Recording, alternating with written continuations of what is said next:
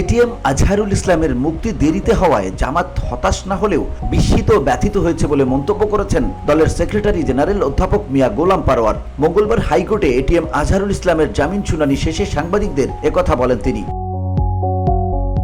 পরোয়ার বলেন, 5 আগস্টে সরকার পরিবর্তনের পর যারা আওয়ামী ফ্যাসিবাদের হাতে মজলুম ছিল, যেভাবে আটক ছিল, অন্যায় বিচারে যাদেরকে ফাঁসি দেওয়া হয়েছে, গুম করা হয়েছে, শাস্তি দেওয়া হয়েছে, প্রায় সকলেই কিন্তু মুক্তি পেয়ে গেছে। কিন্তু আমাদের মজলুম জননেতা এটিএম আজহারুল ইসলামের বিরুদ্ধে আনিত যে সমস্ত মিথ্যা অভিযোগ, তার কোনো একটি অভিযোগের আজহারুলের সম্পর্ক নেই, যেটা আদালতের মাধ্যমে আইনজীবীরা প্রমাণ করতে সক্ষম হয়েছে। এরপর 8 মাস অতিবাহিত হলেও এখনো তিনি জামিন পাননি।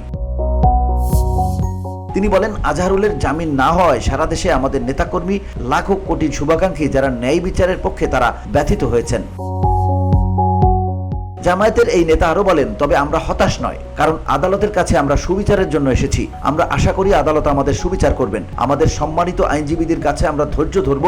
আমরা আদালতের নিয়মের প্রতি শ্রদ্ধাশীল।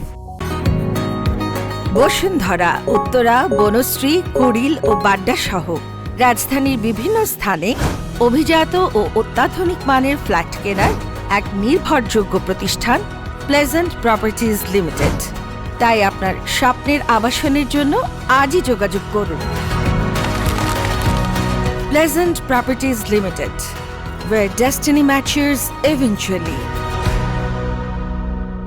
তিনি আরো বলেন, আমরা হতাশ না হলেও ব্যথিত হয়েছি। এতদিন পরেও তার জামিন না হয় এই দায় আমাদের সবার।